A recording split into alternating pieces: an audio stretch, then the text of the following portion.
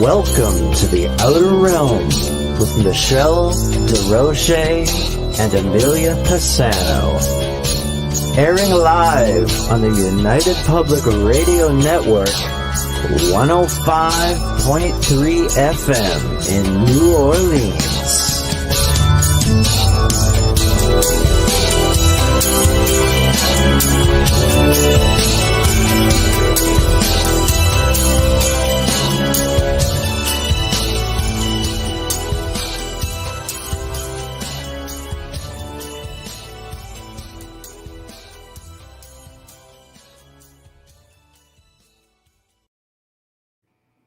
Good evening, everyone. Welcome to the Wednesday night segment of the Outer Realm.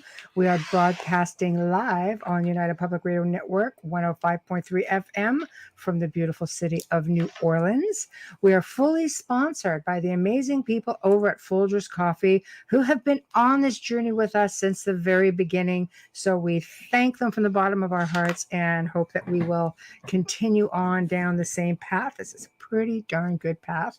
Also, big thank you to Dr. Snick, aka Justin Snicker, the sonic surgeon, for his sponsorship and contribution of our intro and outro. He is an award-winning composer of Halloween, horror, sci-fi, and dark wave electronic music, which can be found anywhere that good music can be found.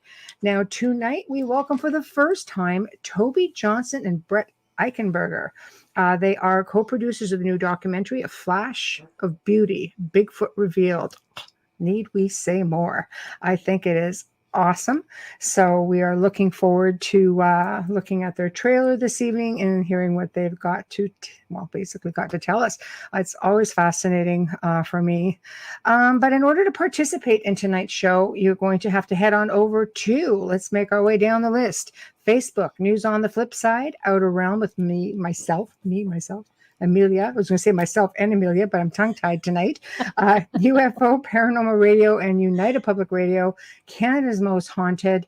Then we jump over to YouTube, which of course is the Outer Realm, UFO, Paranormal Radio, and UFO Gods and Extraterrestrials. And if you like what you see, please give us the courtesy of subscribing. We really appreciate you, and it really helps us a lot, and it's always appreciated, and you guys are very appreciated, so we love you. So I see people are chiming in. Hey, Tamara, Wayne, Summer, Michelle, Zachman. Ooh, hello. Wow. Bubbles look tired today. Oh my gosh, yeah, Bubbles has been cleaning. Oh, that's fun. Yeah. There's nothing like a new cleaner that comes to the house, and not the person, the product. No, I was going to say, what? And you're tired? I love it. I'm not going to give the name because they don't pay us to talk about them, but it smells like almonds and it's all natural. I love it. Oh, I like that. And it works. Their whole line is safe for children and pets. So it's really making me happy. Even the other one that I got earlier, for granite, you can clean your countertops and you don't have to, I'm laughing at Wayne. You don't have to worry about washing the chemical off. It's food safe. It's not a chemical. Wayne, right? Sherpa has been cleaning today as well. Yeah. Cleaning, laundry, catching up. Yeah. Sherpa as well. Well, it took me a good chunk of time to do my dining room. That's a lot of wood. But yeah. Tired all day. Yeah. You had an edible the night before. Yeah, you need to be able to sleep through those. So you have to make sure you're getting 8 to 10 hours with something like that, right? Isn't it like CBD? I think you need a sativa. Make sure it's a sativa. That will help you. A sativa helps you sleep. Gives you disease. Apparently. Hopefully I got the lingo right. Yeah, if I take CBD oil, I'm out cold for like hours. All right, link sent off. So, hey, Rich. Hi, Rich. So, do we want to just go over the bio, just in case it kind of pop in real quick? And we're unprepared. Yeah, I'm looking at Wayne's comment. That's why. Vacuuming, washing the floors with bad water. Okay. You might as well not wash the floors if it's that. It's like that. I just take straight vinegar when you have a problem. But tonight, the co-producers of the new documentary, A Flash of Beauty, Bigfoot Revealed, we are discussing the interviews from researchers and eyewitnesses with extraordinary stories and evidence, as well as historical accounts of Bigfoot and the significance within the indigenous culture. Please welcome to our show, Tobe Johnson and Brett Eichenberger. As we wait. As we wait. There Yes, we go. but we got it out. Hey, we got one. Woohoo! We got it out. Hey, We got it Brett, out. how are you? I'm good. I'm here. Hi, Good, how are you? Are. Sorry, I You had the are. screen closed off. I didn't see you. Oh. Well, hi, good evening, Nocturnal Frequency Radio. I don't know if it's Hello. Steve or if it's Alex. I'm going to take a bet it's Steve. Alex usually comes in Tobe as should himself. be joining us shortly. Excellent. Okay. Excellent. I love it. I'm really looking forward to this. So we don't often have a lot of people come on with Bigfoot. It's happened probably a handful of times in our 3 Hi, years. Steve. Well, yeah, and I don't know why, because we have, well, we do have a long waiting list, but we're pretty much open, to everything. Outer Realm covers everything, but amazingly, we don't get asked by many to come on. The ones we've had have been very good, but we're just like, where are they all? So it's like, yeah, we've got one. This is great. So it's really tough, I think, with things like, I think Bigfoot's probably the most popular of the cryptids, or are they cryptids? They're people. They're people. Oh, wow. See, I love that. They're tall, fuzzy people, ancient people. I love it. Okay. I Something love it. like that. That's kind of a tease, I guess, for the Yeah. show. Yeah. No, I'm really looking forward to it, because we have a lot of people who have had experiences and such. We'll have to get into that. And hello. Cool. There's Tobe. There he is. Hi, welcome. Hi. Wow. Well, thank you guys for joining us. I was just explaining to Brett that, in our few years of doing this, we have only maybe had a handful of people who have come on to discuss the subject of not just Bigfoot, I think, cryptids in general. And it's not like we've never been open to it, but it makes me kind of wonder the field of study, just how big it actually is, or maybe isn't. So we're going to get started with the trailer. Does that work out for you guys, just to get everybody on the roll? Okay, so we're going to go. That's the way to go. We're going to come up. I'm going to come in. I'm going to mute everybody. I think everybody should probably mute. Okay. We're good to go.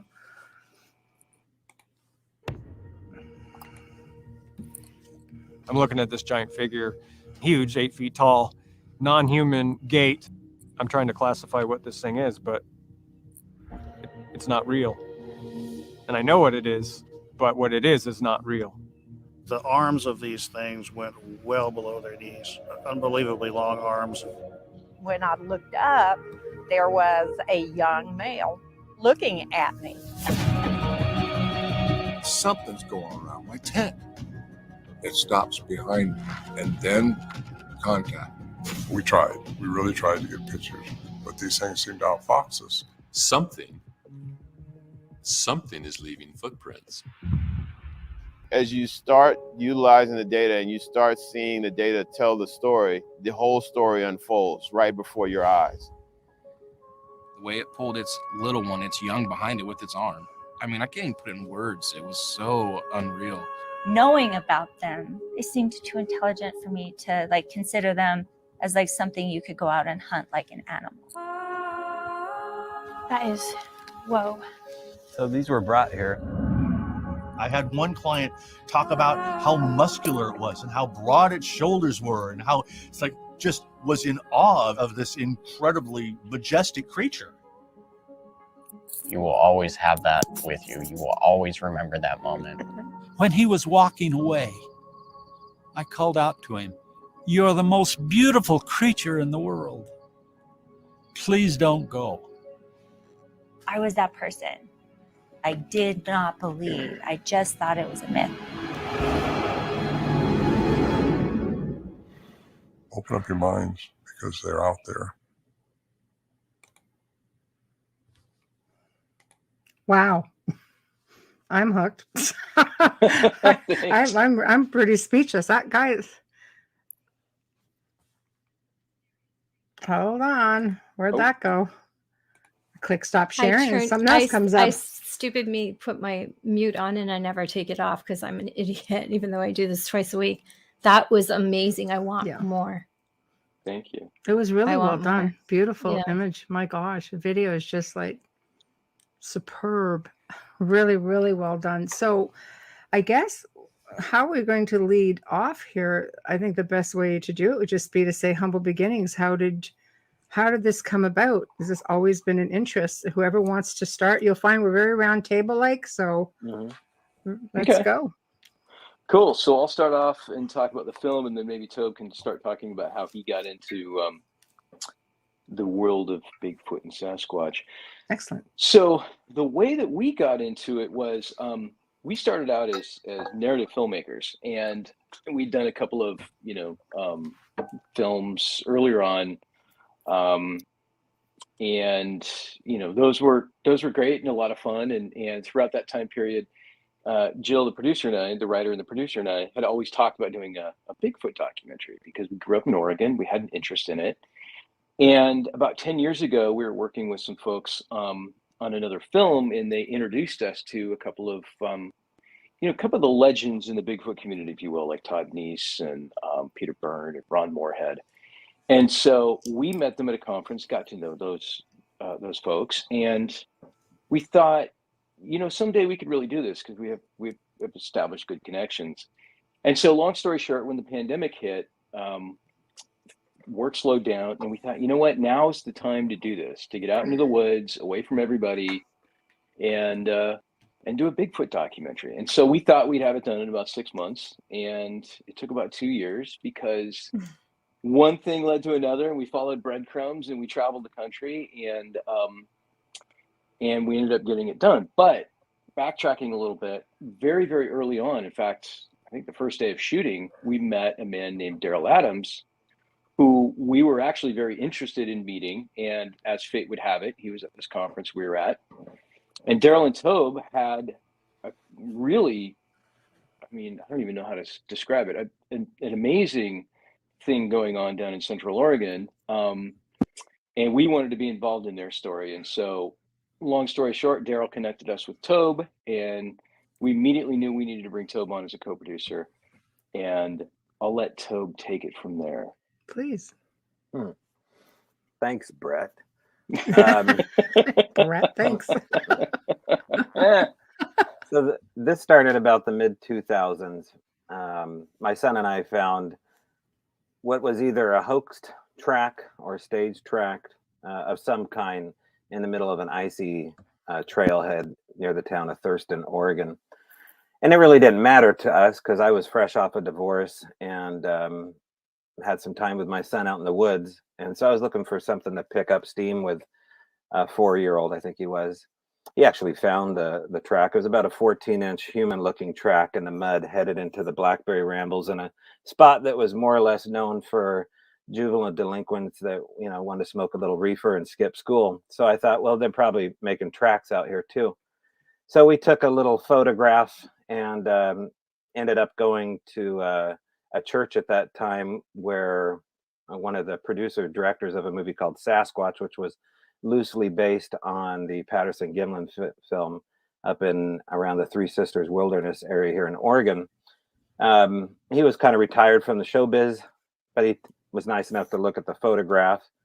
And he said, they're real. And if you want to meet somebody that has actually seen them, I know this river guide. And so meeting this river guide was really the first time I sat down with somebody and looked them mano a mano. And he brought a track that day and sat it near the museum park bench. And we just traded stories. I had a lot of questions for him. And he said, I've seen more than one. You can do that, And I'd tell you the rest of the stories, but they're far too weird and you'd never believe me. And that really sunk in. That took me immediately back to when I was sitting down with my dad watching Close Encounters of the Third Kind and just hearing, Richard Dreyfuss's character get sucked into this world as, potential abductee is what happens. But there was this kinship to that mystery of what if these aren't just stories. And I got that from this river guide. And he was willing to let me come into his world. He was kind of a recluse. He probably still is. And before I knew it, I was out in the woods with a stranger, sitting in the icy rain of the Cascades above Leesburg, Oregon. And from then on, I was just hooked. I knew that I had the time to do it. I knew that my son was willing to entertain part of his dad's craziness to go out in the woods. And once we started to have experiences, I wanted those to stay powerful. I didn't want to just have tiny experiences either, because I'm an adrenaline junkie. And so without belaboring the history here of 15 years or better, I can tell you that witnesses are classified in my mind into two groups. I think most Bigfooters would say that. They're either flesh and blood or they're something else. Maybe it's like that in the ghost world, in the UFO world. Probably not, but in the Bigfoot world, those are the two camps. And they don't really get along too well. And so the first 5 years, it was all, I want to meet these guys, like trading baseball cards. I want to meet the Meldrums. I want to meet the, Ron Moorhead types. And oh, by the way, those two men are diametrically opposite. And I found myself going more towards the crazy side, towards the woo side, towards the paranormal side of Bigfoot. And the reason I did that is because I was getting results. And what I found is there's this classification of a witness that claims that they have these sightings multiple times. They quite literally have Bigfoot in their own backyard or in their property, or they know where to go where there's a clan or a family unit. And oh, by the way, as my friend Rich says, this is not a rare phenomena. These big feet are everywhere. And so I began to find that out by going to these private addresses and literally embedding myself into these strangers, these new family members, become my family, and waiting for the phenomena to present itself. And so around 2018, after, looking into this since the mid 2000s, I find myself out in the Umpqua Wilderness in Cottage Grove, Oregon, at the mecca of not only Bigfoot extended experiencing with Daryl and Cindy Adams, who own this farm, but also this cluster effect of other strangeness that it's hard not to call it like a window area where all the phenomena comes in and coalesces around the Bigfoot phenomena. And so Brett saw a small documentary that we did on YouTube called The Alien Bigfoot Connection.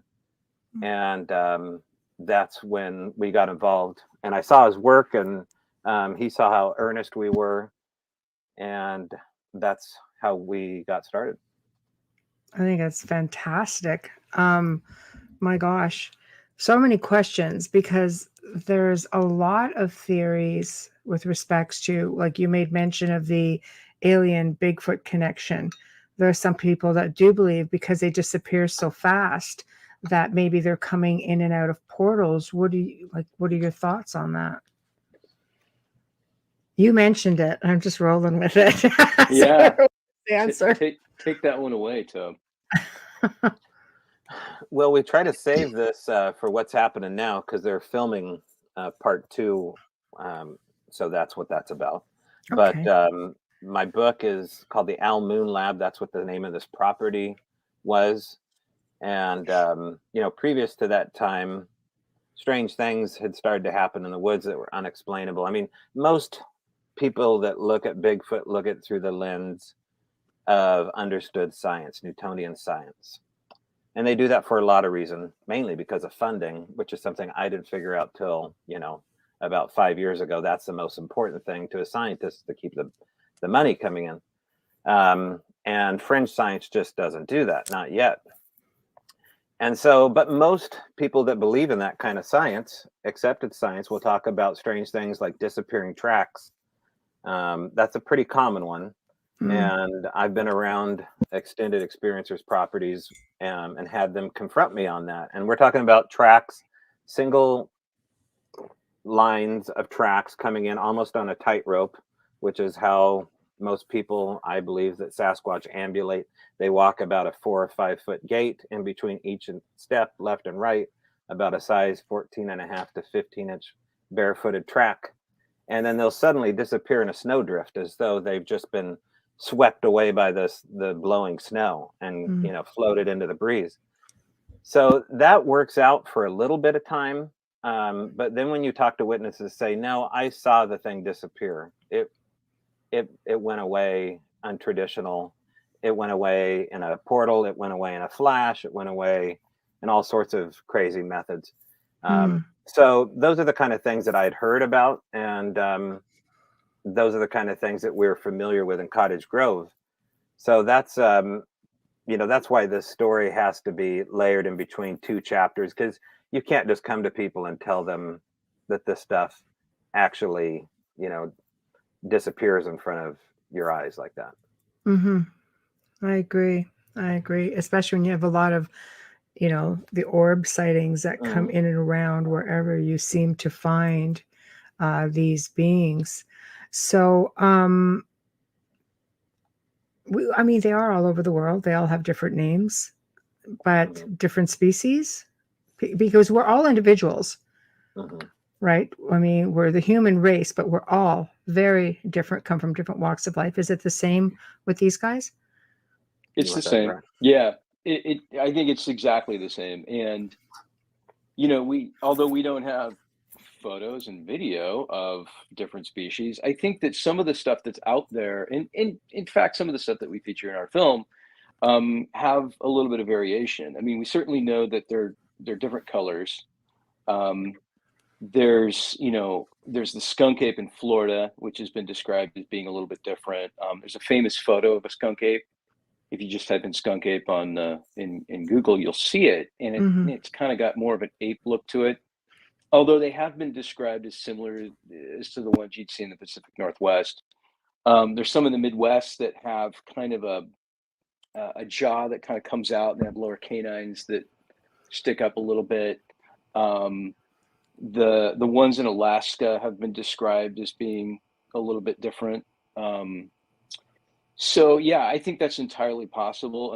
I've heard, and we talk about this a little bit in the documentary, how they have, every color from brown to red to black to gray to, if you want to talk about the Yeti, white. People have even seen white ones here. A couple of guys that we interviewed, Chad and Austin, they described theirs as being cinnamon colored. So yeah, they're all different shapes and sizes, and they have different personalities too. And I think that's the important thing, is that, and that was one of the goals that we set out with, the documentary, was to describe these things as beings, as maybe a type of people and not monsters. And, we've heard everything from trickster and a sense of humor to very aggressive. The one thing that we don't have any accounts of are people being, brutalized or beaten up or assaulted or that's true, killed by them. We do have many reports of them throwing rocks at people, but strangely enough, those rocks never hit anybody. So right. So maybe they'd be great in the Major League Baseball or something. I don't know, but they've got a good arm. Yeah. But and that's what's really important to us, is to really kind of flesh out that character and create that character. And like Tobe said earlier, that's 2 films, that's 2 movies, because these guys are complex. They're very complex. I would think at least 2. Right? You could really dig with these. Oh yeah. I saw a video clip that was sent to me a while back, a couple years ago, from Canada, and it was a gentleman who was speaking, like a researcher, and he was working with one specific group of them, and he taught them how to say his name. For example, his name was Mike. He goes, Mike, it was just being very repetitive. And it sounded like, if you believe the clip, that you could tell, like there's some kind of a really deep undertone with it. But it basically, he comes out and says, Mike. And over time, this series of videos is, this guy communicating and teaching speech. So can they speak? Do they have the capability to speak English? I would think it's very possible if one of them wanted to interact with you and learn. But what is your thought on, obviously they can communicate with one another because they do it. Language? Yeah, okay. So this kind of goes down a little bit of a rabbit hole, and I know exactly what you're talking about. This Mike Patterson, he's up in Ontario, Okay. and he's got all kinds of really incredible stories. I've even heard, I don't know if it was Mike, but I've heard that some folks have put out chalkboards and they've Right. gotten written responses. Right. And I mean, all of this is subjective. Right. But what I can say is, this is kind of a tease into the second film, is many, many people across the country and maybe across the world experience this phenomenon called mind speak. And it's really kind of scary when it happens to some people, but they will hear a voice in their head that is not theirs. Well, And it's in telepathy, English. basically. Mm-hmm. It's right. Basically that's what it is. Right. And so I don't know. We don't know how they're doing that. We don't know how they're using English or the native language. Some folks say that they communicate in images and images only. Other folks say that they actually hear a voice. There's a story out there about a man who had a gun in the forest, and one of them asked him why he had a gun. Clear and plain as day in his head, in his mind. So, that's the English part of things. Ron Moorhead goes into their own language, which is called samurai chatter. Right. And he's got, the famous Ron Moorhead Sierra sounds that he recorded back in the 1970s. And, that particular language that he's recorded, and it is a language as qualified by Scott Nelson, a former naval cryptolinguist. He's done all the research on it. They've got something going on that they're using to, some sort of language that they're using to communicate. Whether it's the same, across the country, across the world, I don't know.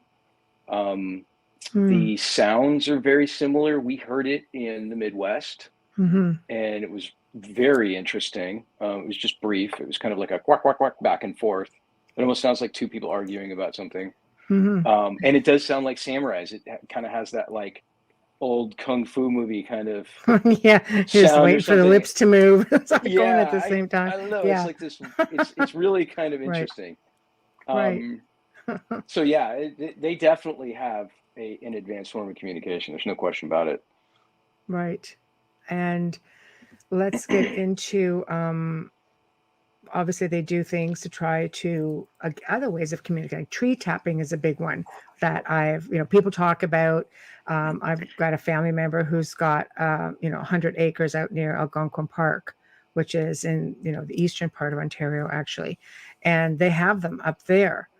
And he woke up, we had a caretaker on the property, woke up at 5 o'clock in the morning. It was still dark, and he can hear these random knockings that seem to be coming closer. And ironically, we just had someone on the show who was giving their opinion of this. And I'm like, okay, don't go out and do this apparently, because they're going to look at it as a sign of aggression. And this caretaker is just 65 years old, is going, I am not going anywhere. I'm just going to stay in this building. And, it's quite fascinating because you'll hear sometimes them tapping from other areas, and they have found nests and everything up on this property. So what are your thoughts? Do they have certain other ways of communicating that seem to be like I say, I'll use the tree knocking, stone throwing you mentioned. Whoever wants to take it. I'm not so sure they're hitting trees, given some of the things that happen out in the woods in Cottage Grove. On one of the occasions, the property owner and I were in an area that Brett has been that we call the Almoon Wilderness. And we were walking roughly about 75 yards apart over a point it's a pretty open forest with some underbrush. But we're just outside of eye contact, and there was a ridge between us. And as we walked down the slope between us, almost exactly between us, was 3 sharp, loud wood knocks. And it sounded like a Louisville slugger hitting the side of a tree. That's exactly what it sounded like. Very crisp, very loud, and between us. So there was nobody else there. I don't imagine that there was even a Bigfoot standing there with a tree limb hitting the side of a tree. I don't know what's going on. I think that we go to that excuse that, yeah, there's the sound of wood on wood, but there's not always that. Some witnesses describe hearing jackhammers in the woods, hearing a car door slam, which is probably one of the most underreported, most common things that happen before a Bigfoot encounter, is the sound of what sounds like a car door slamming only a few feet from you in the deep brush. Crazy. So you hear the projecting sound? I don't know. When you have a sighting directly after one of these strange sounds, it makes you wonder exactly what's happening, because one of the things that we chronicled, and Brett probably heard us talk about nauseam, is the sound of clicking, or the sound of booms, the sound of knocks. And they weren't exactly classified into an order of, hitting wood or hitting the metal shop on the property or hitting the ground. It was always very unique, but it sounded like something going through or passing through an object, and then you would hear the distortion or the vibration of that object happening. And this could very well be the same for these trees. It's not really a traditional answer that I'm looking into, that what makes those sounds. Maybe they do just hit trees once in a while, but I think it's a little more crazy than that. I think something else is happening here that, was probably uncomfortable for a lot of people to talk about. Amelia, can you get that? Yeah, got it. Hi, Adriana. Is that maybe a portal opening the sounds? I was That just crack? about to say that. Just about to say that. Yeah. We're communicating through telepathy with the audience right now. Yeah. So lightning superheats the air and causes thunder, right? So that is a very reasonable theory that, when these portals are opening, the portals have got to be using some sort of advanced energy, like an instant advanced energy. So that could be where that's coming from. I mean, we get the sonic, we get the sonic booms from jets and everything else. So we've seen that being demonstrated in nature. Yeah. Who knows? I mean, I was in the El Moon Wilderness one time without Tobe, and I was there with Jill and a friend of ours, and I was doing some tree knocks. I found a big, huge, heavy piece of oak or something, and I was doing these tree knocks, and nothing was happening. And it was taking probably over 15 minutes. And finally, I was like, all right, last but not least. And I just took it all like I was swinging at a baseball and hit this tree real hard. And not less than about 10 seconds later, I got a response. And it was just like Tobe was talking about. It was loud, it was crisp, and it sounded like a Louisville slugger, maybe a Louisville slugger mixed with a rifle. And it's the second I heard it, it sent shivers down my spine. And that was it. That's the way it sounds in the paranormal as well. When something's coming in, you'll hear that same pop, that same boom. When Interesting. It is. Can I ask you? I want to ask you about that. Is it Amelia? Yes. Yeah. Can you describe that a little bit more? Because it's not too often I get to hear from ghost hunters or people that look into the supernatural. I'm not a ghost hunter, but I'm a medium and a remote viewer. But that has been my experience with spirits and sadly malevolent entities as well, where you'll hear that pop, and it almost sounds like, when your TV's got static and it just cracks. It can be really loud at times. It all depends how they're coming in, how large they are, how many are coming through. And sometimes I've even seen almost like a current go through. That's about right. The middle of the room. Right. Yeah. We've had see a flash of light, and it's confusing because people who are into ufology will claim that it's ET, and then the paranormal side, you know, they have issues too. We all do in this field, but then the paranormal side will say, well, no, it's not ET. It's, you know, it's demonic, or it's a spirit coming through from the other side. But regardless, something is using that energy to manifest a portal and come through. No, we've had people say that when they hear these popping sounds, sometimes it'll even sound like a bit like it's tearing. But if you were to look, let's say if it was a dark room and you see all these little sparkles, you know, like little sparklers. There's been reports of people saying when they're hearing that sound, they're seeing like little sparkler lights. Yeah, like shocks. When you get a shock on your finger, it's the same kind of Exactly thing, like and you'll that. see that twinkle. And then other times they could see the atmosphere looks like it's distorting a little bit. So it would look almost like a heat wave coming in off a sidewalk on a really hot day. It just looks a little bit distorted. So those are all the different types of things that, you know, I've spent 2 decades doing it, and that's pretty much the norm with what they say. So it's just like yeah, Adrienne, like glittering in the air. It's Glittering, yeah, that's probably the best way to explain it. Yeah, and these last are I people looked, there from, aren't any lightning bugs inside the No. house. So these are all people from different walks of life who describe the same sounds and seeing the same thing at the same time as they're hearing these sounds. So when a witness has a sighting, it's profound, as though they've had a spiritual experience. Now, they haven't necessarily seen the supernatural happen when they've seen Bigfoot. Most of these things are roadside crossings that last less than 5 seconds in the dark. And yet in this film, these people are transformed. It's not like seeing, you know, a silverback gorilla. It's not like seeing, you know, something crazy like an endangered species of some kind. They see something that basically tells them that the rest of the world is a lie. That's kind of what happens to them. And I don't know, Brett, do you want to speak on that? Because I think people, you know, that are interested in this topic, they don't understand the narration behind the witness as far as what happens to them, as far as a mental breakdown or mental shift. Yeah, thanks, Tobe. We really want to try and put the audience in these witnesses' shoes as much as possible, and that's so difficult to do. The best way that we knew how to do it was to have folks talk directly to the camera, and we feel like that immediately establishes a bond with the audience. You know, and the audience can begin to trust them, and they can look into their eyes, and they can see that these people have been, like Tobe said, profoundly affected by what they've seen.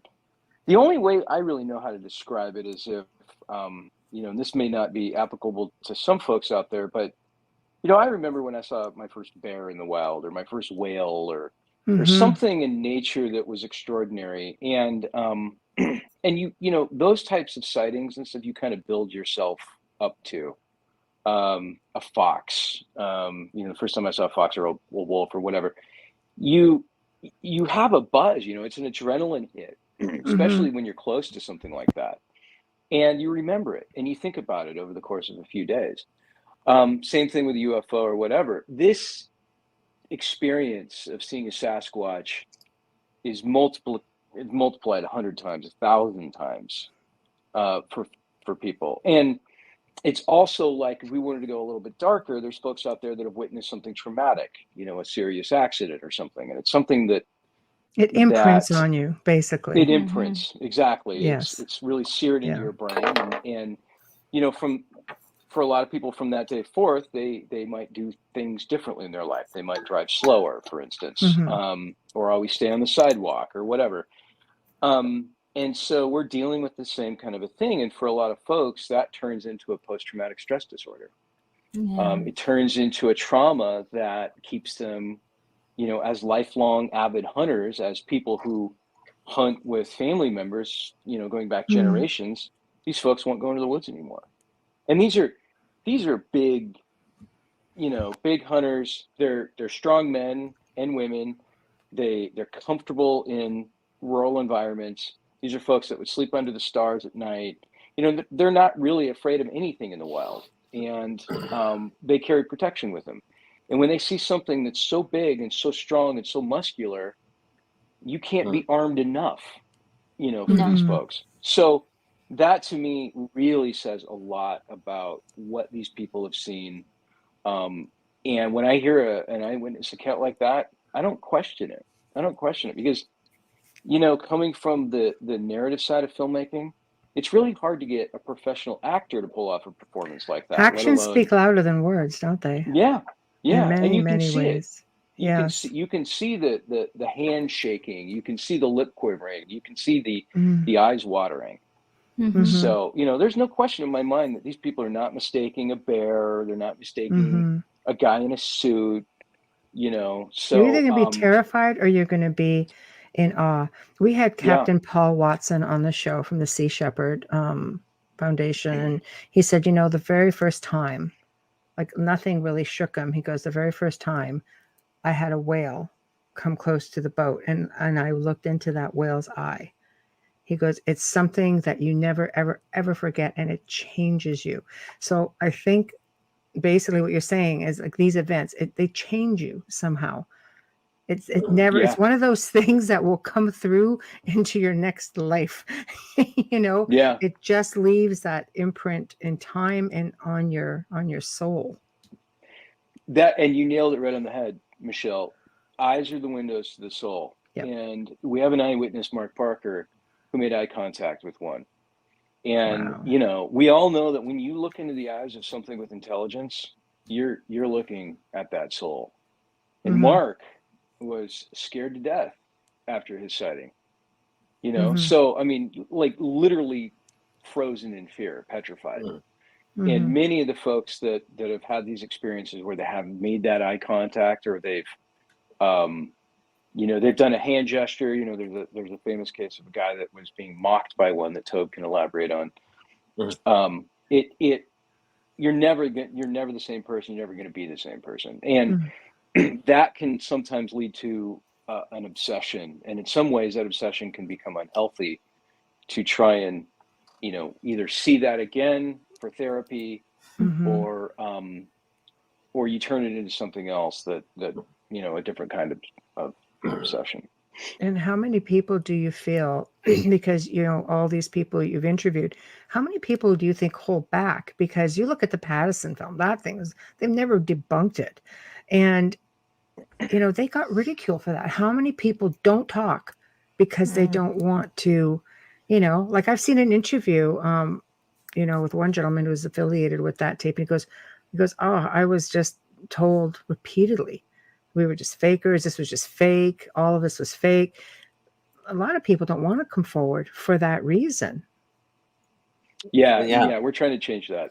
And that's part of the reason. The other part too is it changes everything once you start holding that story to be something that you want to talk about.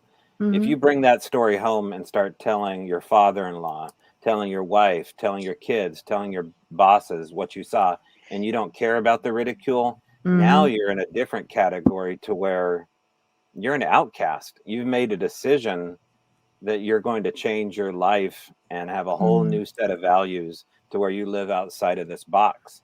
And that's exactly what happened to Roy Neary in Close Encounters of the Third Kind. He left his family. He goes off on this wild mission to Devil's Tower and then hops inside the craft.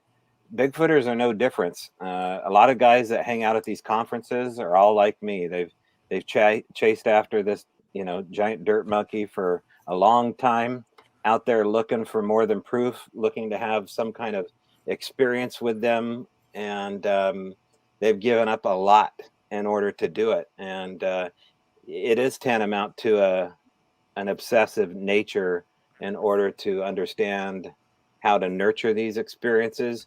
But, you know, people ask me if I would have to do it over again. Well, I probably wouldn't change anything. I probably would have done it tactically different and looked into these extended experiencers so I could get closer sooner. But once you find out that, you know, the Matrix is real and that you can take the red pill and you can actually experience the impossible, then the rest of the world is kind of boring. I agree. Yeah, it's like that in the paranormal as well. Everything's connected. Everything's connected, right? But you girls, you ladies probably feel the same way, given what you do. I mean, don't you find that you have a subsect of friends that know the lingo, they know your worldview, they know how to fit into what you're doing, and then there was your old world before you got into this. I mean, so there's probably a discussion to be had like that. Would you ladies do it over? Yes, because I worked in missing children and I helped bring a lot of children home. So for me, I wouldn't give that up for anything. No. I don't care who I lost along the way. That is much more important and more valuable to me than anything. I worked crime for years before I got into the paranormal side. And I wouldn't give it up, and I haven't. I still do it when I need to, and I still have cases, but I lost a lot of friends along the way. I didn't say anything about what I did till I was in my 40s. So I lost a lot of friends, especially devout Catholics. They dropped like flies. You know, it is what it is. You prioritize, right? Yeah. Well, you can't do the work, and especially with missing kids. I tell this to every medium. We talked about this last week too, that if you're going to get into that work, you have to give up your time. I was on call 24/7.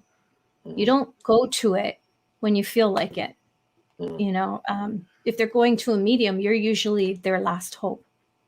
So that's true. Yeah. So you give up a lot of social time. Sorry, Michelle. Oh, no, it's fine. The paranormal is it's a breed of its own, you know. Like I'm fortunate after 2 decades, I'm versed in pretty much. I made a point. I always say you're a student, you know. So I'm versed in many, many things, but it all comes down to, for me, just to helping people, whether they have something going on in their lives or in their home or not. Something is leading them to think that they are, and that's where you have to step in and use, you know, logic and whatever it takes, just to help them, empower them. Really, they'll figure it out. It's a lot of it is mindset. You just need to know that they're not alone, and I think you can attribute that to any field, because you know, when I work, you know, with people with respect to ufology, it's the same idea. I have to say, every now and then, the whole Bigfoot thing will rear its head. You know, we have people who've seen them. I have people who've sent me pictures of what they think is Bigfoot or what they think are dogmen. You know, you sort of get involved in, I like to say it's more the supernatural more than anything. It's paranormal. It's just one very small aspect, I think, of otherworldly. You know, like I'm probably more of a history nerd more than anything else, and spend a lot of time, you know, doing that and making associations. So I don't know. I think you just have to have your hand in everything. You have to be knowledgeable in everything, because everything connects really in one form or another. Can I just say something? You are so humble, Michelle. When you talk about assisting everyone, she's extremely humble because she gives up every minute of her free time for that. What you don't see, and I think a lot of people see that, because I see it, not just because we're close and we work together, but I'm sure a lot of people see this. You have maintained your strength through all those years of working on the dark side. Oh, thank you. You haven't, but it's true. It's absolutely true. You have been able to be strong and not fall into that. See, Adriana agrees with me, of course. But definitely, because I think a lot of people who get into this field where you're helping others with demonic attachments and malevolent entities and so on do fall prey to that darkness. Yeah, or So I think so. But maybe that's something that darkness sometimes are aliens. You know, the Christians think one thing, the ufologists think another thing. Just like dealing with Bigfoot. Could be an alien, could be real live, like, you know, like you may have mentioned earlier, could be real live, living, breathing entity. Is that the Neanderthal theory, or is that something else? I'm green when it comes to Bigfoot. What was the question? Sorry, is that when you say that it's possible, Brett said it was possible that they could just be humans or people. Does that come from, there's a theory out there that Neanderthals and the line from there, and is that what you were saying? You want that, Yeah, Brett? that's that goes back to more of the aper side of thing, and like we talked about earlier, the Bigfoot community is kind of divided into two halves, and the scientists that are researching Bigfoot, Sasquatch, like Dr. Meldrum, for instance, you know, their theory is that it's a relic hominid. You know, it's something that could potentially date back to the gigantic Pithecus blackie, which was a large ape that was discovered in China. And even though they only have, I think, just the jawbone, right, Tobe? They don't even have the full skeleton of it, but they somehow, with just a piece of jawbone, were able to figure out this thing was like an old-fashioned Bigfoot, if you will, you know, 8 to 10 feet tall, so on and so forth. But, you know, and anthropologists have talked about the missing link for a long time. I think that's starting to close a little bit with some recent discoveries in the last few years, but who knows? You know, Bigfoot could be a relic hominid of some sort. In the Bible, for instance, there is all kinds of talk about giants. The whole giant thing is a whole nother show. You know, Oh, yes. there's been giants discovered, you know, in North America. Lovelock Cave is a great example of that, probably the most famous example of that. So who knows? Who knows? I mean, there certainly is a possibility that they are just flesh and blood. They don't go into different dimensions, and they have, you know, supernatural abilities. Brett, talk about Marcia's work. We don't really talk about her much, but that kind of goes into what you're talking about. Yeah, and you might be able to cover that just a little bit more, but I can touch on it. So Marcia Moore, who's featured in our film, she's an anthropological artist, and she's done a lot of research on these cultures that, you know, will have elongated head shapes. And there you go. There's one of the models she's made. Yeah. Some of Very the evidence nice. is pointing to the fact that some of these elongated head shapes were not created with boards and, you know, over time. I don't know the binding term. With right, binding. skull binding. Yeah. You know, here in the Northwest, we had the Flathead Indians, and the Flathead Indians would, you know, from the time the baby was born, they would put the board on the head and whatnot. You know, of course, we've all seen the National Geographic picture of the necks. Yes. But there's a lot of evidence to show that some of these head shapes were potentially natural. And so, you know, and Ron Moorhead personally told me one time he was in a museum in Peru, and they took him into the back room, and the guy says, "Here, I want to show you something." And he like pulls out a drawer, and there's a 10-foot tall skeleton back there. And Ron says, "Huh? What's this?" And the guy says, "Well, we can't put that on display. It would scare the public." So, you know, I think the truth is kind of under our noses. Yeah, exactly. Says who, right? Yeah. I mean, big deal, right? Big deal. There was giants, you know. Right. I mean, I don't understand why. How many have the Smithsonian destroyed? How many bones? Well, that's another story about how somebody witnessed them dumping them off a ship in the ocean. Absolutely. But it's all over the world. I mean, there's evidence of them found everywhere. So with your thought being based on the fact that let's just say that Bigfoot is a living, breathing being, which I believe there's many parts of the world that, you know, let's just take North America. You know how dense some of our forests are in some areas, how many cave systems that we have. They could get lost and never be found so easily. But you have people hunting these guys. I mean, hunt to kill. They don't care, dead or alive. They're taking them in. Some people have claimed to have shot some.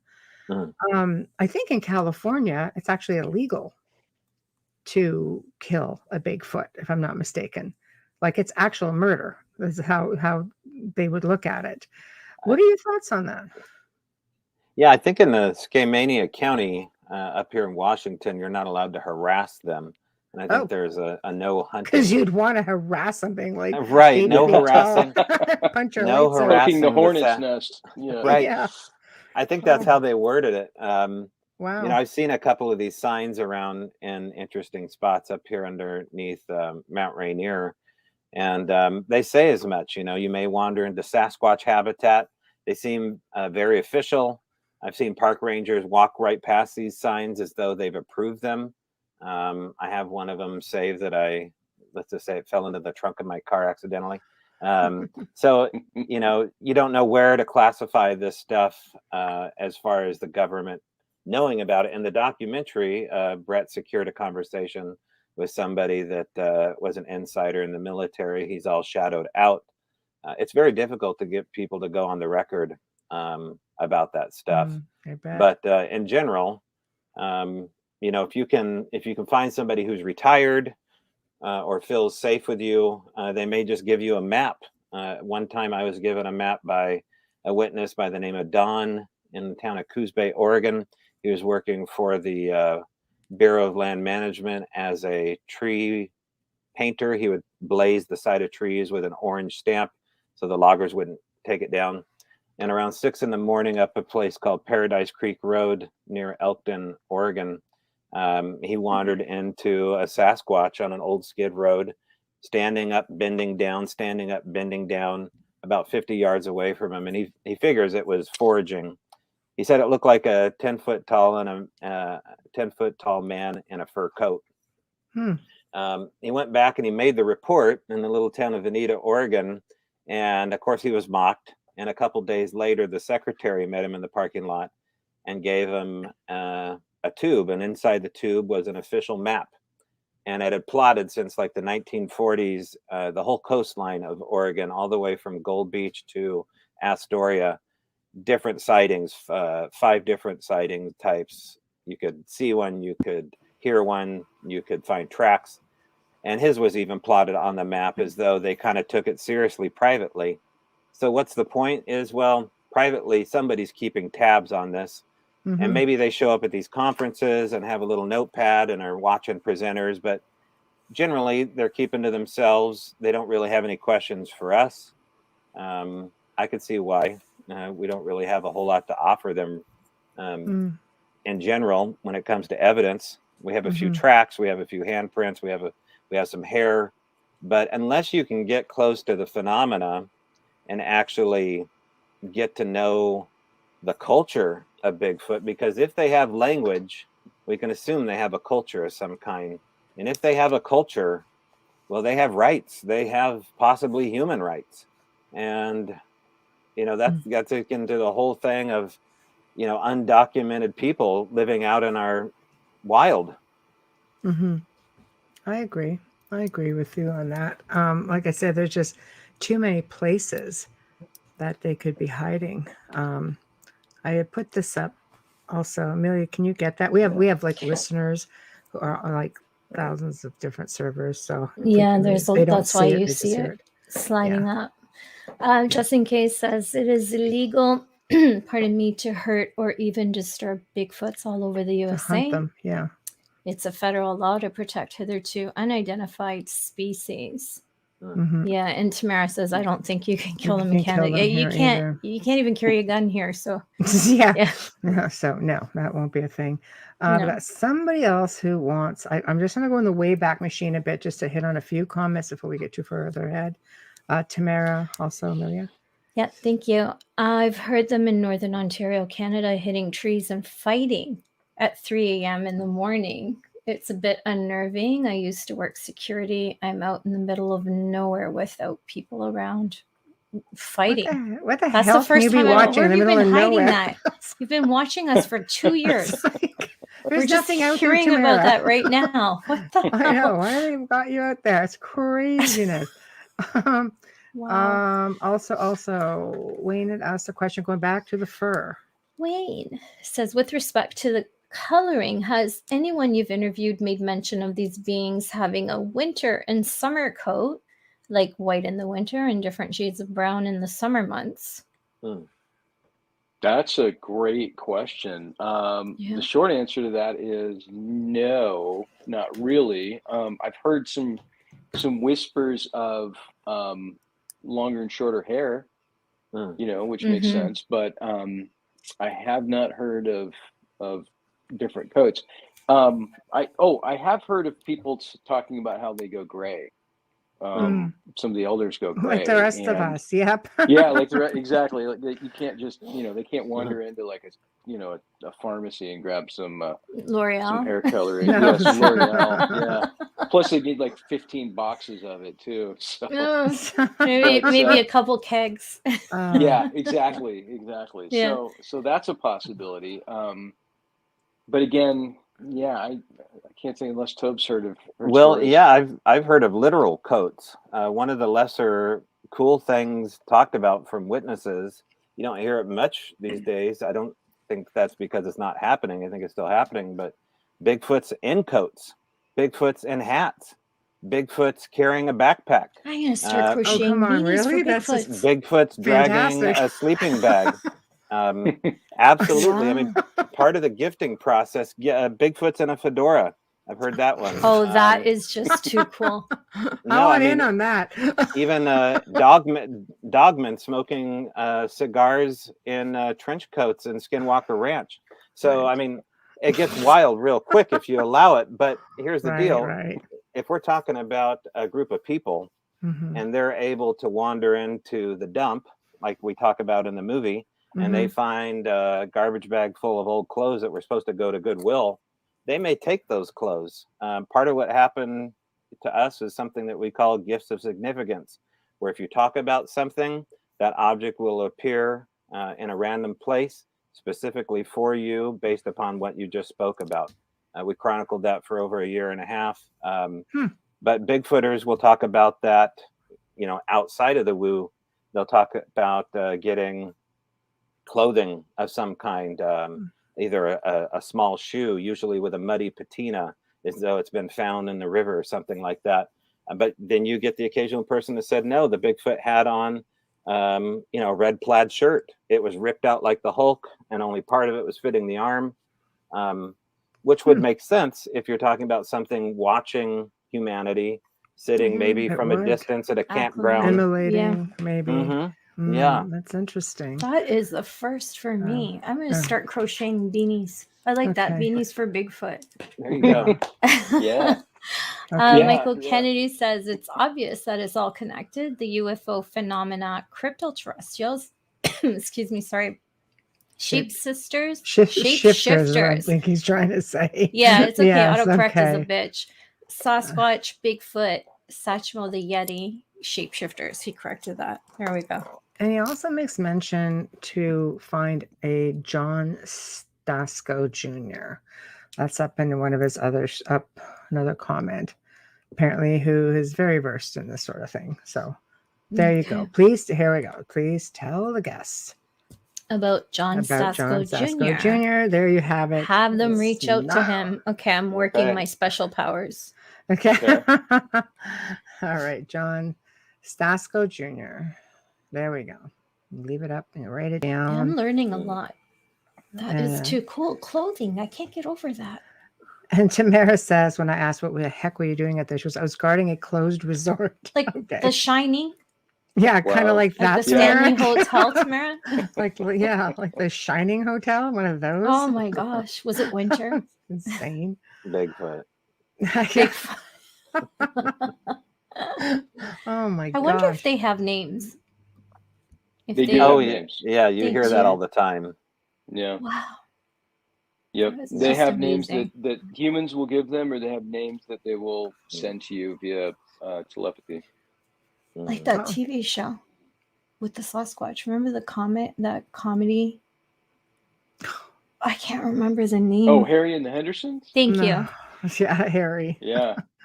Oh gosh. I Mhm. thought you were trying to make reference to another research show that was on. I can't even remember the name of it, but it was definitely comedic. Okay. That totally got me off track. I never watched that. Sorry. My brothers did. They were heavily into, well, we call them Sasquatch here, but they were heavily into Bigfoot. Well, if you think about getting back to the coat thing, which is what I wanted to initially say, if you look at a Yeti, in the Himalayas, they're white, but they're in a snow environment, right? Or northern parts of Russia, things like that. So could it just be more of a chameleon thing, like a blending thing with their coats? I mean, mind you, you think if they were in the forest, you'd think they'd be green, but Yeah. But being dark, camouflaging. I think that's a big part of it. Mel Skahan in our documentary talks about how he found a nest and he found hares in that nest, and they were, I think he said 3 inches long, although in the documentary says they were about 3 inches long. Right. I don't know how that translates to centimeters, you guys. Sorry. But we don't either, so don't feel bad. The hares were rainbow colored, he said, which is interesting. So there's this idea that, like, for instance, polar bears have hollow hair. It just kind of reflects light. So, Bigfoot might have some sort of a camouflaging kind of hair, fur, something like that. Like a fiber optic. Yeah, That's like fiber optic that bends light, and something that they're able to manipulate. And many animals do that in the wild. We know that. I mean, there's animals that glow in the dark. So it's not out of the realm of possibility that if it is just a flesh and blood animal, that it has some of these advanced features.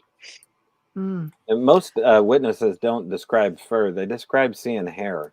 They describe it as a hairy thing, a hairy man, a long, hairy beard. It's long. It's not an undercoat kind of situation. They can see the skin underneath it.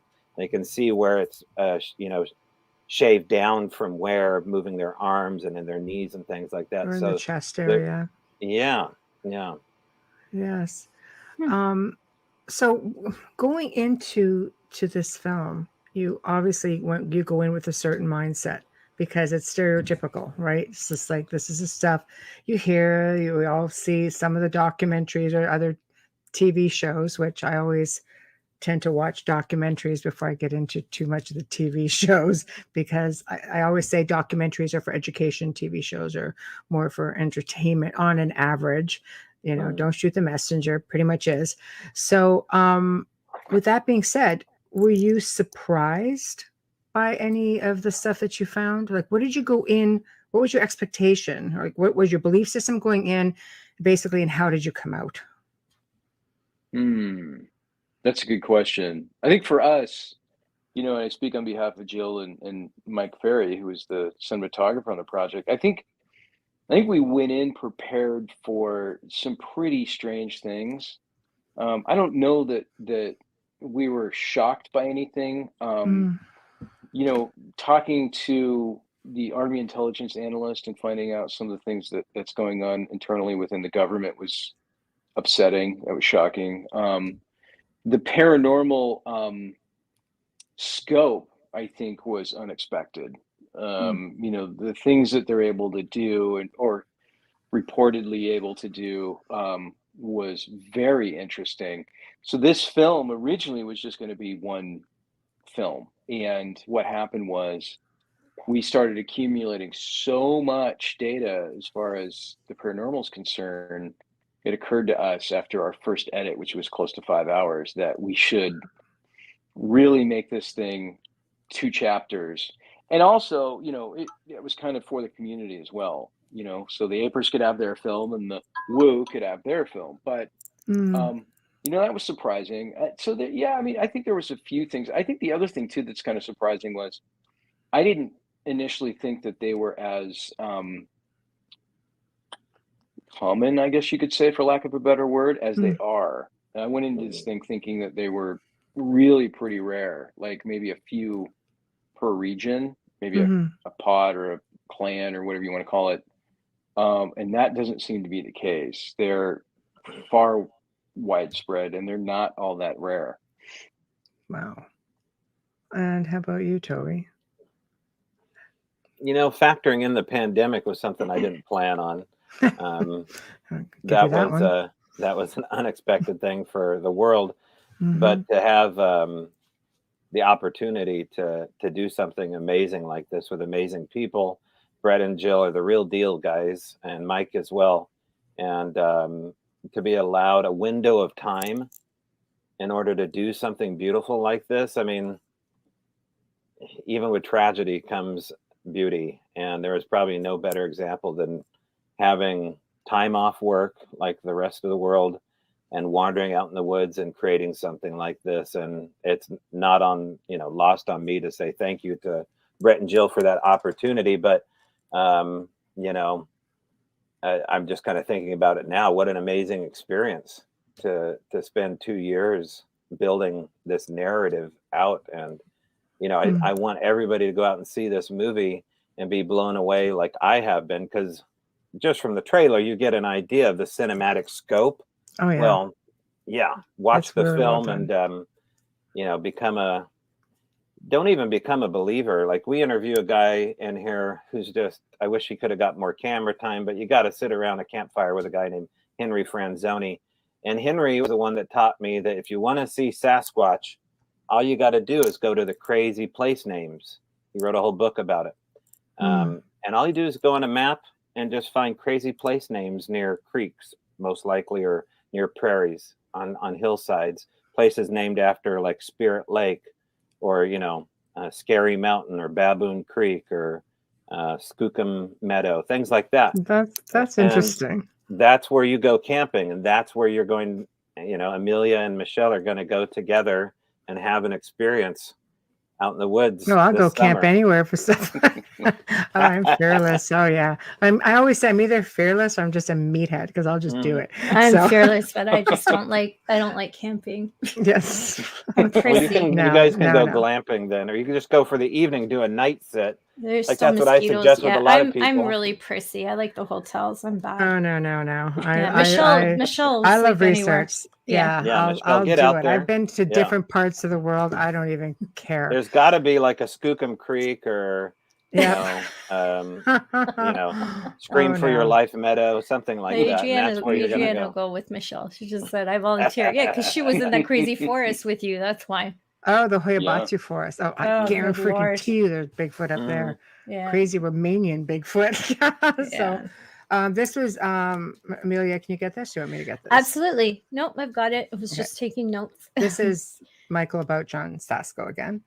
Yep, Michael Kennedy, John Stasko Jr. has documented an instance where 20 people and 4 cops saw a Bigfoot on a tall power tower for over 2 hours. That's in a Jesus. report. He has many more with multiple people documented. Wow, this man, is he in the perfect place at the perfect time?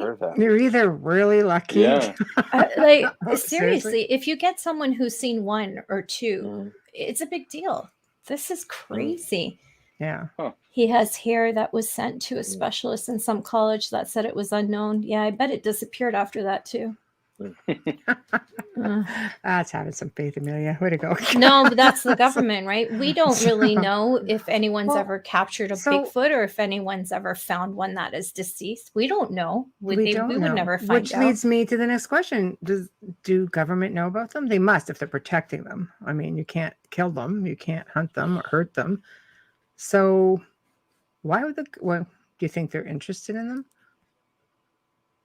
Yeah, I mean, Government? Rich Drumeau, who had a sighting as an on-duty police officer in northwestern Washington State, talks about that. And Rich also has some military experience, but he talks about how if there was an apex predator, a humanoid apex predator wandering around in the wild, the U.S. government would want to know about it. And I completely believe that to be true. I agree. And then the next question is are they working with them to try and weaponize them? Could they be a super soldier? I mean, you could start going down a pretty deep, dark rabbit hole from there. But You could almost see that, couldn't you? Oh, yeah, If they're very intelligent. I mean, the possibilities are endless. There's reports, many reports up here in the Northwest about bodies being removed from the destruction of Mount St. Helens eruption in 1980. Many eyewitnesses to that account that the first responders were the U.S. military. Some of the first responders were U.S. military, and they went out and they got out the Sasquatch bodies before anybody else saw them. And Wow, really? apparently they were sloppy, and there were some folks that saw these helicopters going over their house, and they looked up and they could see the bodies in the nets. Wow. And that story gets really interesting and really deep, and folks can search for those stories on YouTube if you type in Mount St. Helens Sasquatch or Bigfoot. That is crazy. Never That's heard that crazy. one. Yeah. We're going to do a quick station ID. Actually, we're going to do it a little bit early. Are we? Yes, we are. Because I want to just get into the next leg of questions, so it might be a bit lengthy. Absolutely. You are listening to The Outer Realm with Michelle Desrochers and myself, Amelia Pisano, coming to you live from the beautiful city of New Orleans on 105.3 FM radio. Tonight, we've got Tobe Johnson and Brett Eichenberger in the house with us, talking all things Bigfoot. Stream or listen to our archives on the platform that you normally use. You can find us everywhere. Shout out and thank you. I don't have my coffee cup ready. To the amazing people at Folgers Coffee for fully sponsoring our show from day one. We love you and we thank you so much. Also, a huge thank you for lending his voice and his talent. Award-winning composer, Dr. Snick, the sonic surgeon, Justin Snicker, for our intro and outro. You can find his music on Amazon and Bandcamp, and find him on Facebook and Instagram. Check him out. You can find and listen to his music there as well. He's got his little demos on there and his little clips of the incredible music that he creates. All right. Thank you. Folgers, yes, Michael. I guess I want to get into, you have all eyewitness accounts, people, all walks of life.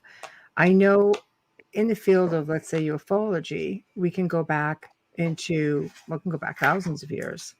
And we find that the ancients were very willing to coexist with what they call their friends from the stars. They would emulate them. They would put petroglyphs everywhere. This was a thing. We didn't fear them.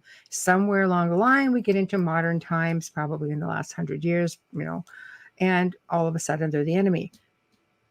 How is it with, Bigfoot? You have the North American Indians who revered them. Right? For the most part, they revered them. There was a healthy respect for them. They understood them. They don't seem to be as fearful. When I look at interviews with the indigenous people, like all over the world, they don't seem to have a fear of them the way most people do. Whoever wants it. I'll touch on that a little bit. Okay. I don't think there's a fear at all in many tribes across North America. I think it's a cultural respect. Mm-hmm. And I know that, the tribes that we feature from the Northwest, from, British Columbia on down to Oregon, they thought of them as another tribe in the forest. And, there's some stories and anecdotes of them trading salmon and doing things. There's also stories of the Bigfoot playing pranks on them. And I think there was an old article, I think it was in the Seattle Times or something in the 1920s, that talked about how they were kind of viciously humorous, if you will, but they would play these tricks. They would kidnap little kids from the village, and then they'd have to go rescue them from a mountaintop or something. Which that goes down a whole nother realm with, David Pilates and his research on missing 411. Yeah, I was going to say. Who David Pilates was also a Bigfoot researcher as well in his early days. So, I think that many of the tribes, as we feature in our film, have totems where totems. The most important part of the totem is the bottom of the totem, and they'll or story poles, as some cultures call it. And a lot of those totems will have a Sasquatch at the bottom. There are many tribes that have them in their dances and in their ceremonies. There's a tribe, I believe, on Vancouver Island that thinks that they may have mixed DNA with a Sasquatch. Now that would be interesting. Yeah. I mean, there are some rumors. I was told a story about I think it was Todd Neese that told me a story about how there was a hybrid Sasquatch man up in like Alberta or something who Europe too, like Russian areas as well. Yes. Yeah, there was a woman in Russia. It's more of a famous story. I think there might even be a photo of her. Yeah. So yeah, there's some interesting stuff out there. Now we're kind of going off a ledge here, but yeah, to answer your question, there's definitely respect. We've spent time with a tribe in the Midwest that has had them in their culture and has worked with them for, hundreds of years. They told us a story that was almost unbelievable about how there was during the time of World War II, most of the men went off to the war and the women were left to fend for themselves in the Midwest of, the United States, just like Canada. There's brutal winters. And these women would come out of their cabins and find chopped or broken pieces of firewood, set next to their cabin. So, there are stories of this kindness, this generosity, this humanity that we've come across, regardless of whether it's native cultures or just ordinary humans. Right.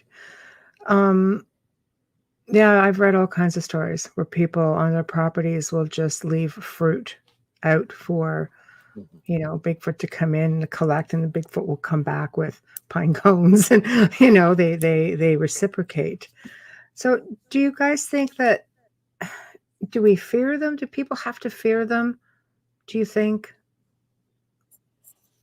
I'm of the mind the same as you, Brett. So go ahead. Yeah. It's a healthy respect for individuals, the same way that you would have if you walk down an alleyway. You don't know who you're going to meet that day. And because I think there's something else going on here with how they enter into our world, those doors allow other things to come through.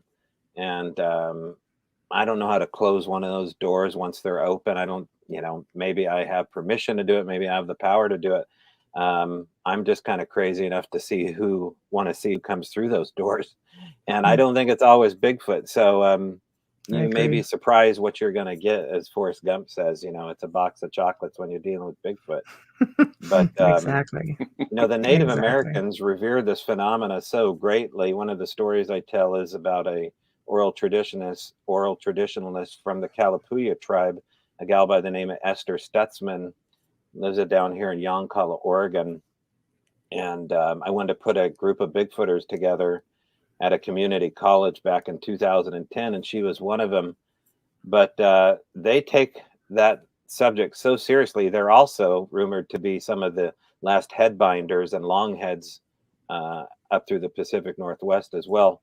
I actually had to wait 6 months to ask her because it was the wrong season to talk about Bigfoot. So, here I am putting on an event.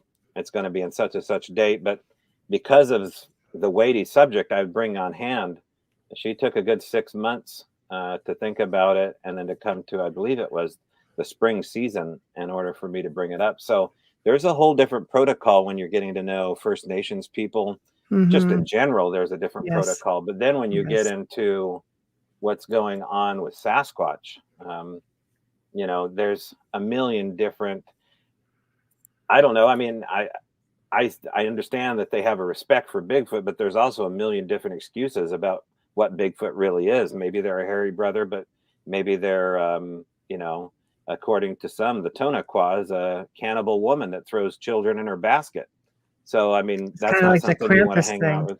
Yes, exactly. Yes, yeah. Yeah. So where does that come from? Because that's a cross-pollination issue. Just like, when you started getting into Sasquatch, you also have to look at the other traditions of what are trolls, these big giants that live under bridges and things like that. So if you dig back far enough, you're going to look up to the Sistine Chapel and you're going to start seeing images of Sasquatch as well. Yeah, it's true. How many bits of folklore have crisscrossed through different cultures? But realistically, when you think about it, like I think of Krampus, I think he could easily be a Bigfoot. Same with big trolls. I mean, people truly believe that all of these beings exist. It's just through time. The fish that was this big that ended up, is this big, because it's oral history, right? It changes, even though it's pretty general and it should stay the same. I'm sure it gets added to as it makes its way down through generations. So basically, where do you go from here with this? Because you can't just do something like this and research it to the point, Like, it's one of those things that you almost have to keep going with, because until, like, it's not like we just have. I mean, some people do claim, you know, there's a guy in the US who claims he does have a Bigfoot. I tend to laugh. I mean, I laugh. I shouldn't, but maybe I do, because it just seems a little bit far-fetched to me that you would have a Bigfoot in your freezer. But I was just going to say that. Is that the one in his freezer? He's on YouTube. No, this is a guy that carts out, like, right. He makes studio feet, and he brings out the feet and sets them on the barn table, and Right. has the head that he brings out. Yeah. Yeah, and he brings these you know, pieces and stuff. Mhm. But then there have been other people who have claimed, no, they did shoot one and they buried it under leaves, and then they went back and took video, like probably, you know, a year later, and you could see bits of fur. But my question is like, why do they not ever just hand them in? Like, the world wants to know. I mean, if you actually have one, or you actually shot one, well, like, mind you, I guess the federal law says you shouldn't. You could get in yourself as pretty much murder. So that might answer my own question. But, you know, where do you go from there? Because if you don't have it, if you don't have a body, how can you come up with something remotely close to being definitive, if there's such a thing? I mean, if it's about proof, it's a conversation to have. But if it's about experience, it's a different conversation, because now you're dealing in the world of moving into the identity, the relationship of it all without the proof. And the proof is, I get it. Like, I go out with cameras, I go out with digital recorders, but you kind of have to get in the frame of mind, and maybe Brett can speak on this too, as a filmmaker, is you have to be in the frame of mind that you're creating an album, kind of a strange family album of a new friend, and your relationship growing. If you look at your phone as being able to seduce and capture evidence, like I say, they know that's coming, either through telepathy or whatever they're doing. Their intuition is so great that they predict your motives. And that's something you hear all the time in the supernatural world, is that they know your intent. Whatever is happening here knows your intent. And I'll hand it off to Brett.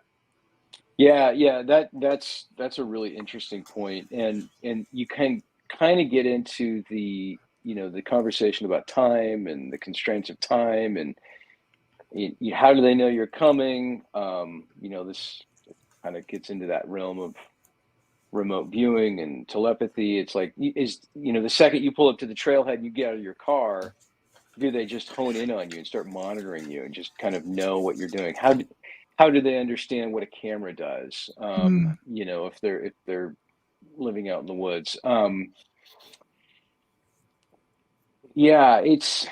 don't know. I mean, I kind of look at it like, my own personal view is, it's almost like, it's like Mars. Okay. So we've seen Mars, we've taken pictures of Mars, we've sent spacecrafts to Mars. We don't have a single Mars rock in our possession that we've brought back from Mars. No one's touched Mars. No one's landed on Mars.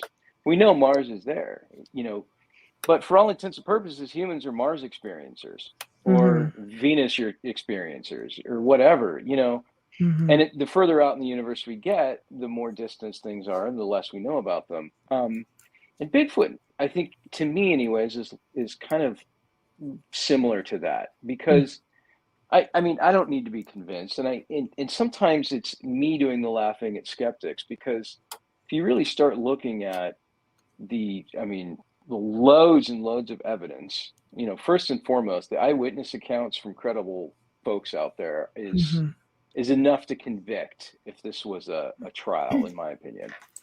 But there are experiencers out there that know the truth, and they may number in the hundreds of thousands. And I get it. I get why science wants a body. I get why, people, if they do have a body, they hold back. If you're the person that has that body, if you kill one, you manage to bring one home in the back of your pickup truck, all hell is going to break loose. Oh, yes. You are going to be known for the rest of your life as the man or the woman that discovered Bigfoot. And there are ramifications to that. It's like the guy that goes and buys a Powerball ticket or a lottery ticket every Saturday for 20 years, and he finally wins. And then he starts, getting phone calls from third cousins, wanting a loan. Yeah. And then he thinks to himself, Yeah. why did I even buy this thing? I want my life back. Mhm. So the ramifications of if a Bigfoot were to be discovered in a small mountain town in Oregon or Washington or British Columbia or what have you, people from all over the world would descend upon that town to see Mhm. where the Bigfoot came from or meet the man that shot it or whatever. So the publicity would just be out of sight. I mean, there's no question that when they're finally discovered, if you will, to modern science, that it will be one of the biggest discoveries in human history. Mhm. So that's the side of things I don't think a lot of people are talking about. They're just saying, "Oh, show me a picture, bring me a body," and moving on to the next thing. Mhm. It will be sensational. It will be sensational, and many people won't care. Many Mhm. people won't care, and eventually we'll grow accustomed to it. It's kind of like what's happening with UFOs to a certain extent. So Mhm. it's Yeah. deep. It's deep. Yeah. Well, that's what Michael says. One example, Amelia. Yep, thank you. It's like ET bodies. They are very similarly almost impossible to collect. I appreciate your comment. I don't think I agree with that because I think there's a lot of ET bodies and there's a lot of beings I agree. underground and in yeah, I don't necessarily agree with that. Yeah, they just try to hide it. Yeah. That's all. Yeah, absolutely. Tamara says Scott Carpenter already did DNA study on Bigfoot and wrote a book on it. I can speak on that. Good. Scott Carpenter, I believe, is a part of the Melba Ketchum study, which was really spearheaded by Rich Germeau, who's in the documentary, this ex-cop that we've been talking about. And the Melba Ketchum study says a lot of data. A lot of the data was shot down by traditional scientists. But the main thing that happens with Bigfooters and DNA is that it always comes back contaminated by humans. And in particular, contaminated on the male side. So as far as the Ketchum study, the bullet points are is that they can recognize the female DNA, but they cannot recognize the male side of the DNA. That's and interesting. So why is that? And I think that's what science needs to prepare to answer. You may have more UFO questions when you get to these Bigfoot answers. I think you might. Yeah, I believe that. I think a lot of people lean that way as well, just because you do see these orbs of light. There are stories of them just disappearing, footsteps stop, gone. In the middle of like nowhere, so where they go. I find that absolutely fascinating. But there's also that aspect where I think people, and when you're getting into ufology, paranormal, I always say otherworldly. I do prefer that term.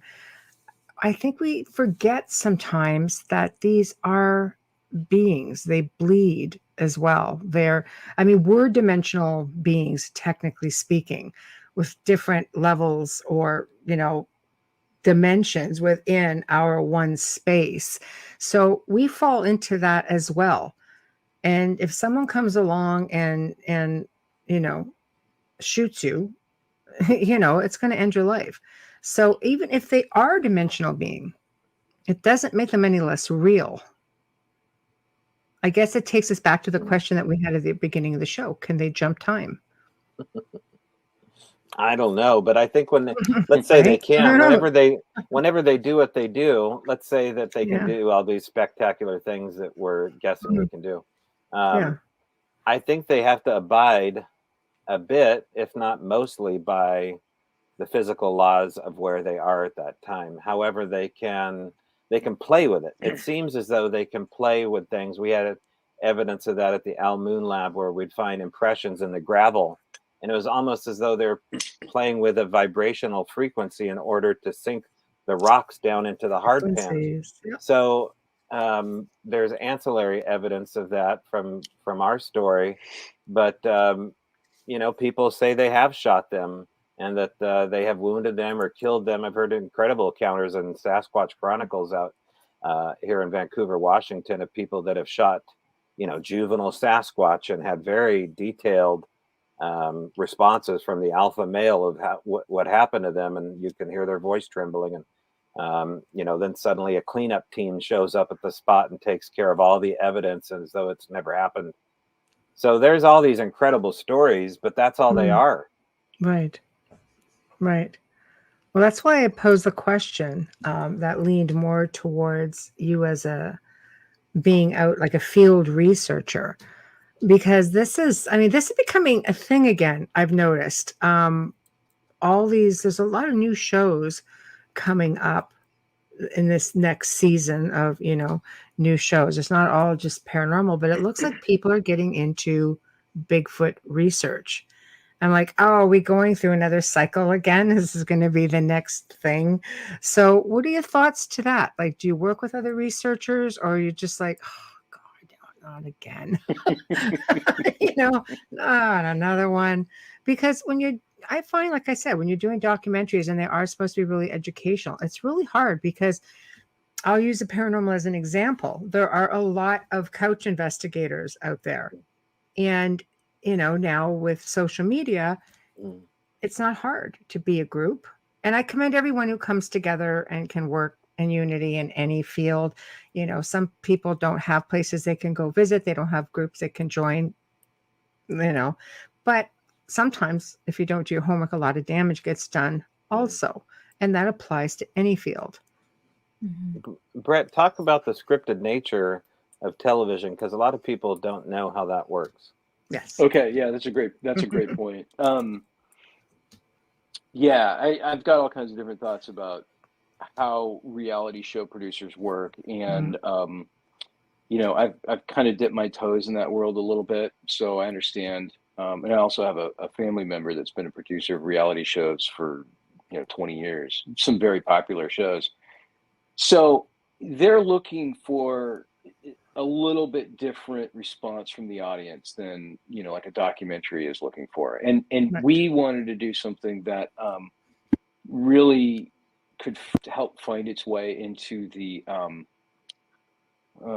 standard, what's the word I'm looking for, the general public, I guess you could say, the folks out there that have a passing interest in Bigfoot or what have you. That's an audience we wanted to get to, because we want to start expanding the conversation.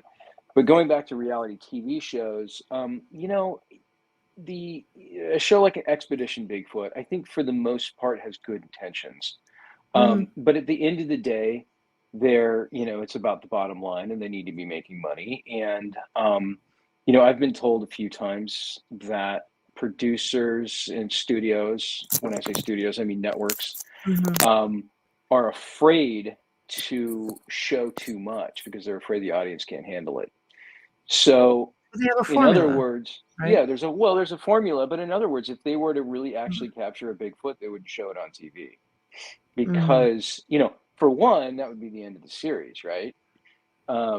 Two is they're just afraid that it would freak people out. The infamous radio show War of the Worlds that Orson Welles did so many years ago was a massive social experiment that I think sociologists are still researching to this day. We found out so much about the general population from that. Now, obviously, we live in a different time with the internet and, all these faked videos and everything else. But, I think that people need to be really careful when they watch these shows. They need to really kind of watch it with an open mind and realize that, you can do a lot and you can say a lot with editing. It's extremely easy to manipulate what somebody is saying or doing in some of these shows. So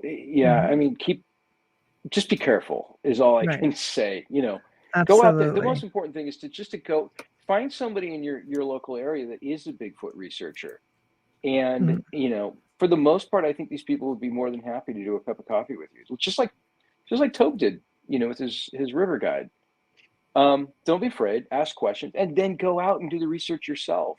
And most of it, to be honest with you, is going to be pretty boring. You're going to be sitting around or walking around or camping in the forest and with the black flies and the mosquitoes and exactly. Absolutely. That's true. This phenomena will come up when you least expect it. Tobe can also expand upon Yeah. that. It's I mean, the it's same about, thing yeah, in sure. ghosts. It's about 90% of sitting around. I'm sure when you're in a house that's active or you're, working a case, it's a lot of downtime and BS. And it seems like the phenomena is attracted to those downtimes. It seems Mhm. like the phenomena is attracted to laughter. Mhm. And I always call it the tuning fork method, where you have to have both sides of the tuning fork in order to get the vibe going. And so you need that other person that is the attractant, and it's hard to narrow down in a group who that is. Mhm. It may not even be your spouse.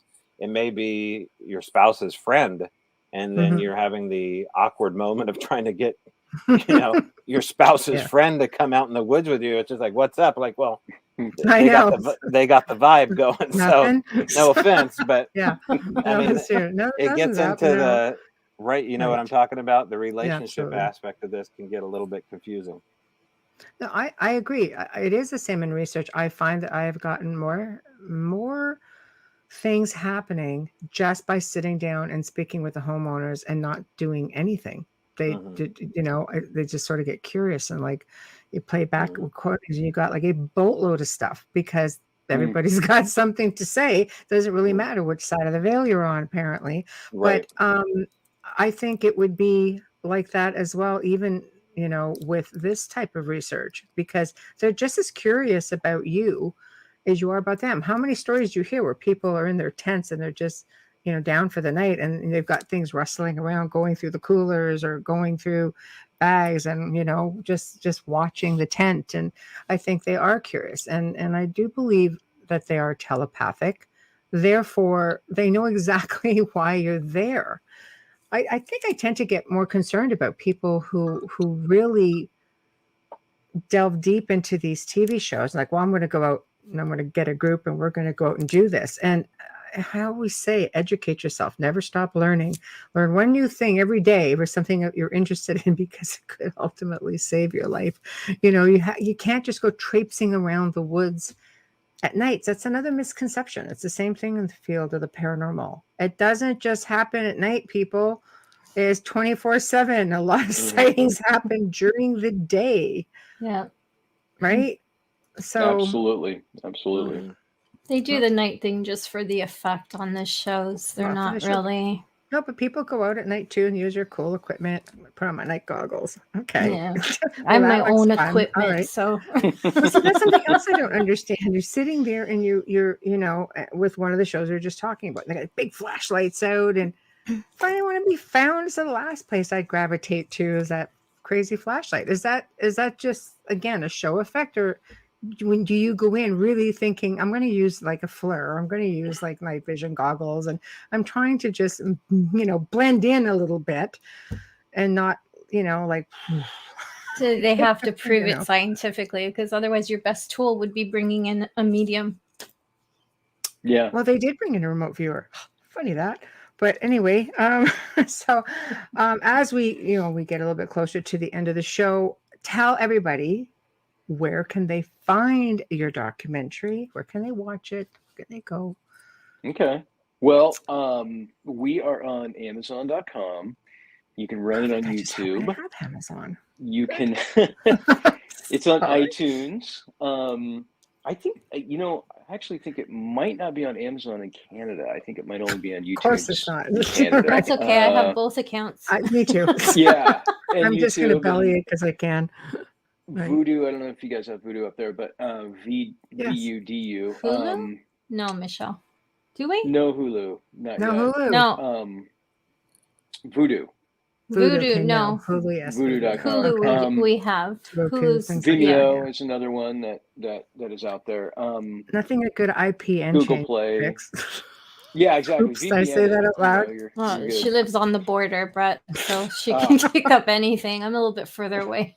Okay. Okay, so there are options, basically. Many options. Yeah.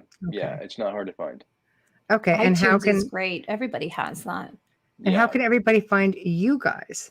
If they have a story they want to share, or if they have questions for you. Probably the best way to find at least us, the Bigfoot documentary folks, is bigfootdoc.com. And Okay. it's just like it sounds, BigfootDoc.com. And I just want to clarify that we're not Bigfoot doctors. It is a Bigfoot documentary. Right. To throw that out there, that was a bad joke. Anyways, but there's a I loved contact it. page. It was great. Yeah. Thanks. I have a lot of It's getting a podiatry little questions. punchy around here. But yeah, Tough you crowd. can just contact us through the page. We have a Facebook page too, a Flashy Beauty Bigfoot Revealed on Facebook. Come find us, like our page. And if you like our page, you're gonna be seeing a lot more. We'll have some special features coming up here soon. You can stay kind of in touch with us as we start working on the sequel, which we've already started on. So Okay, that was my next question. yeah, So part we've 2 got some is more. So part 2 should be coming out next year. okay. I would say probably within the next 8 to 12 months. So you guys going to come back on the show and talk about that? Yeah, absolutely. Okay. So you let me know when that's coming up, because we book at least that. So okay. Yeah. So if you know for sure, and you give us some notice, we could put you in like even just before the release or something. Cool. Yeah. Because we have millions of people who actually listen. So Nice. Who knew? Who knew? Yeah, we were like, what? Really? Yeah. So we're also nominated for a People's Choice Award second year. Yeah, Wow. we're quite surprised. So you have basically what that does is it brings, other people to listen to the show, maybe who've never heard of the show before, and because they go check out all the nominees and things like that. So you'll have extra people listening to this interview, and we hope that it takes them to your documentary. I certainly am going to go and watch it, and it was really great having you guys on. It was actually really nice to delve into this a little bit without a lot of the typical stereotypical things that we all hear. Very interesting. Thank you so much. Both Yes. of you. You're welcome. Thank you for having us. Oh, Really our appreciate pleasure. it. We look forward to the next one. Appreciate it. Take care. Have a great Chop, night. chop. Thank You you. All right. too. Thank you. Good night. Thank you, guys. Bye-bye. Good night. Bye-bye. Good night. Oh gosh, well that was awesome, and that went just way too quick. The guys were great, and I'm looking forward to seeing this. I'm actually going to watch it this weekend. So we obviously have come to the end of another amazing segment. I thoroughly enjoyed this segment. It was such a wealth of information. The guys are so laid back. It made it that much more fun. So big thank you to Tobe and Brett for joining us tonight. Big thank you to Folgers Coffee for sponsoring us tonight and every night. And from what I understand, they are, I guess they've signed on for another year, so we love you too. And thank you, Dr. Snick, aka Justin Snicker, for also being a sponsor. So please remember, guys, wherever you're listening to the show, if you make your way over to YouTube and you like the show, whether it's our Outer Realm page on YouTube or International Public Radio, UFO Paranormal Radio, UFO Gods, Extraterrestrials, Outer Realm, please subscribe. It really does help us, and we appreciate you all for doing it. So thank you. Also, if you want to drop us a line, please do so at theouterrealmcontact@gmail.com. Again, theouterrealmcontact@gmail.com. Tomorrow night, we're bringing back Sean Williamson and Wayne Murphy, and they're going to be discussing their discovery in Wisconsin, which is the Knights Templar here in North America. And let me tell you something. There's stuff, obviously, they're going to be able to say. There's going to be things that they're not going to be able to say. They are watched pretty closely by a certain TV show, not to name names, right? And very known for their wood. I'll leave it there. And I know, but it's a thing. But they're also very interested in this find. So we have to be very careful. But it will be history changing. And there's so many things, because we sit behind the scenes. We know what's been found so far. We know the research that's been done so far. And all I have to say is, holy crap, it's going to be mind-blowing when it comes out. So I don't know how much you're going to be able to say, but I do know that they're going to come up and they're really going to make this pretty pretty darn cool. So I'm really looking forward to it. So if you have any questions, just might want to go in, because this is actually going to be a pre-record. So maybe just go into under their banner. Like right now. Like right now, and put some questions in there, because we will check it out and we can ask them. So until then, behave yourselves tomorrow night. We will be in chat. We will be able to put up your comments, and the guys get to go back and watch it after that, which is great. And they do. And I've gotten a lot of compliments on the fact that they have so many people interested. A lot of our guests are really, really grateful for that. Wayne might even be there while the show is on, because he's still on this side of the world. He It's is. Sean. He is. Exactly. So everybody, good night. Have a wonderful evening, and we'll see you tomorrow night.